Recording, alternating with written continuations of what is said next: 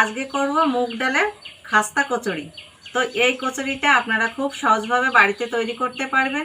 এক বাটি আটা, ময়দার আটাটা চেলে নেব, লবণ, জোয়ান দেব, একটু মিশিয়ে নেব, দেব সাদা তেল, এখানে ঘিও দিতে পারেন।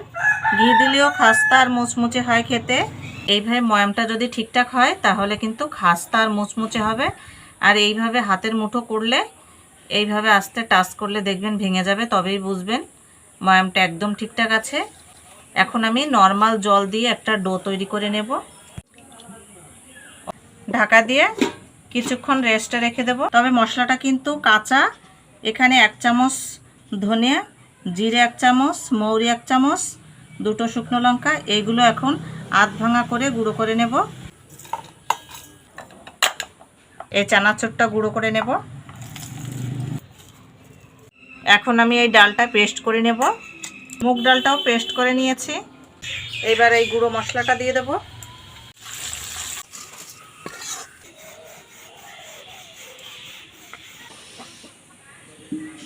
একটু জল নিয়েছি, সাইড দিয়ে এইভাবে লাগিয়ে দেব। এই পুরটা দিয়ে দেব। লাগানো আছে ঠিক এইভাবে এই মুখটা আটকে দিতে হবে। আরেকভাবে এই যে তৈরি করে দেখাচ্ছি। এখন পুরটা দিয়ে দেব। এইভাবে মুখটা বন্ধ করে দেব।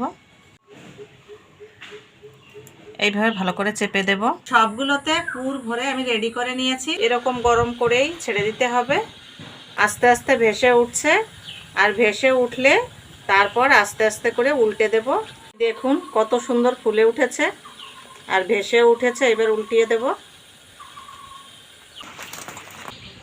কত সুন্দর হয়েছে দেখুন, কতটা খাস্তা।